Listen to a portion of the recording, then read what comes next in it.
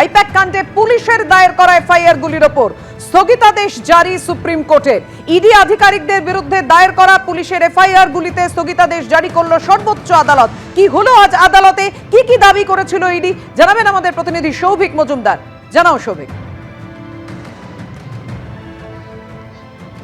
দেখো, প্রথমত আজকে সুপ্রিম কোর্টের তরফ থেকে যে নির্দেশ দেওয়া হয়েছে সেই নির্দেশে বলা হয়েছে যে আপাততভাবে ইলেকট্রনিক্স কমপ্লেক্স থানায় এবং তার পাশাপাশি শেক্সপিয়ার সরণি থানায় যে 4টি এফআইআর দায়ের করা হয়েছিল ইডির আধিকারিকদের বিরুদ্ধে, সেই 4টি এফআইআরের ওপর অন্তর্বর্তী স্থগিতাদেশ বহাল থাকবে এবং সেটা আগামী 3রা ফেব্রুয়ারি পর্যন্ত বহাল থাকবে। অর্থাৎ এই 4টি এফআইআরের ভিত্তিতে এ রাজ্যের পুলিশ তারা ইডি এবং ইডির আধিকারিকদের বিরুদ্ধে কোনো ধরনের কোনো পদক্ষেপ করতে পারবেন না। এই মামলার ক্ষেত্রে কোনো রকমের তদন্ত বা ইনভেস্টিগেশন তারা করতে পারবেন না, সেই স্থগিতাদেশ আজকে সুপ্রিম কোর্টের তরফ থেকে দেওয়া হয়েছে। এবং তার পাশাপাশি 8ই জানুয়ারি যখন দুটি জায়গায়, অর্থাৎ একটি প্রতীক জৈনের বাড়ি এবং অন্যটি আইপ্যাক সংস্থার যে অফিস রয়েছে গোদরেজ ওয়াটার সাইডে, সেই অফিসে যখন তল্লাশি হয়, সেই তল্লাশির সময়কার যে সিসিটিভি ফুটেজ বা অন্যান্য যা যা ডিজিটাল এভিডেন্স রয়েছে, যা যা তথ্য প্রমাণ রয়েছে, সেই সমস্তটা কিন্তু সংরক্ষণ করতে হবে। এবং শুধুমাত্র এই অফিসের নয়, এই অফিসের আশেপাশের এলাকার বা প্রতীক জৈনের বাড়ির আশেপাশের যে সংলগ্ন অংশ রয়েছে তার সিসিটিভি ফুটেজও কিন্তু একইভাবে সংরক্ষণ করতে হবে। তার কারণ সুপ্রিম কোর্টের মাননীয় বিচারপতিরা জানিয়েছেন তারা এই মামলা অত্যন্ত গুরুত্ব দিয়ে দেখছেন। তার কারণ এখানে যে অভিযোগ আনা হয়েছে সেই অভিযোগগুলো অত্যন্ত গুরুতর বা সিরিয়াস অভিযোগ এবং সেই কারণেই মাননীয় বিচারপতিরা বলেছেন তারা এই প্রতিটা অভিযোগ গুরুত্ব দিয়ে খতিয়ে দেখবেন। এবং সেখানে মাননীয় বিচারপতিরা বলছেন যে এখানে প্রত্যেকটি কেন্দ্রীয় সংস্থা বা যেখানে যে সংস্থা রয়েছে তাদের স্বাধীনভাবে তদন্ত করবার অধিকার রয়েছে।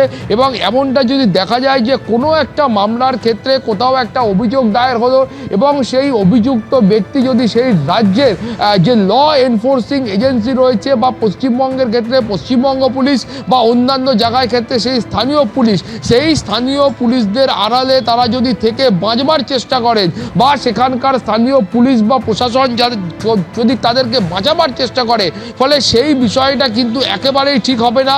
এবং এই যে অভিযোগ তোলা হয়েছে যে বারবার পশ্চিমবঙ্গের ক্ষেত্রে কেন্দ্রীয় সংস্থা বা ইডি বা সিবিআই তারা যখন তদন্ত করতে আসেন সেই সময় দেখা যায় যে এইভাবে কিন্তু তাদের কাজে হস্তক্ষেপ করা হয়। কখনো স্থানীয় মানুষদের দিয়ে হস্তক্ষেপ করানো হচ্ছে, কখনো পুলিশ প্রশাসনকে দিয়ে হস্তক্ষেপ করানো হচ্ছে বলে অভিযোগ জানানো হয়েছে মামলায়। ফলে এই বিষয়টা অমীমাংসিত থাকতে পারে না।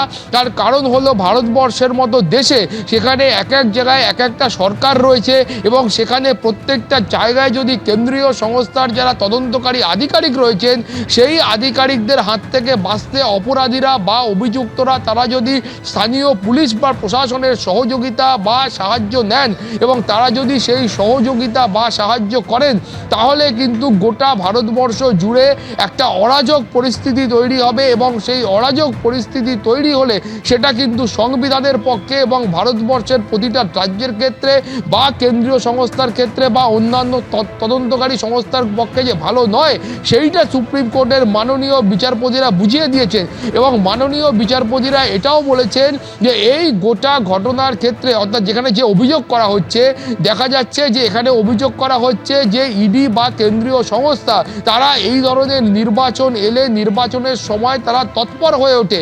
সেখানে মাননীয় বিচারপতিদের বক্তব্য বা পর্যবেক্ষণ হচ্ছে যে কোনো দলের নির্বাচনী যে কার্যকলাপ রয়েছে সেই কার্যকলাপে কোনো কেন্দ্রীয় সংস্থা বা যে কোনো সংস্থা তারা যেমন হস্তক্ষেপ করতে পারে না সেটা যেমন ঠিক, আবার এটাও ঠিক যে সেই সংস্থা তারা যদি একেবারে আইন মেনে বৈধভাবে সৎ উদ্দেশ্যে তারা কাজ করে, ফলে সেখানে দলীয় কার্যকলাপের আড়ালে কোনো ধরনের অনৈতিক বা অবৈধ বা অপরাধমূলক কাজ হবে এবং সেখানে কেন্দ্রীয় সংস্থা তারা ইনভেস্টিগেশন করতে পারবেন না, সেইটাও কিন্তু ঠিক নয় বলে সুপ্রিম কোর্টের মাননীয় বিচারপতিরা তাদের পর্যবেক্ষণে জানিয়েছেন। ফলে তুমি বুঝতে পারছো যে গোটা বিষয়টা ঘিরে সুপ্রিম কোর্টের আজকের যে অবস্থান, সেই অবস্থান কিন্তু অত্যন্ত কড়া। এবং তোমার মনে থাকবে যে ইডির তরফে যেটা বলা হয়েছিল যে তারা চাইছেন যে এই মামলার শুনানি আপাততভাবে সুপ্রিম কোর্টে হোক, সেই আবেদন প্রাথমিক পর্যায়ে মান্যতা দেওয়া হয়েছে বলে আইনজীবীরা মনে করছেন। তার কারণ ইডির যে মামলা সেটা আপাততভাবে সুপ্রিম কোর্টে রয়েছে এবং 3রা ফেব্রুয়ারি তার পরবর্তী শুনানি হবে। এবিপি আনন্দ, এগিয়ে থাকে, এগিয়ে রাখে।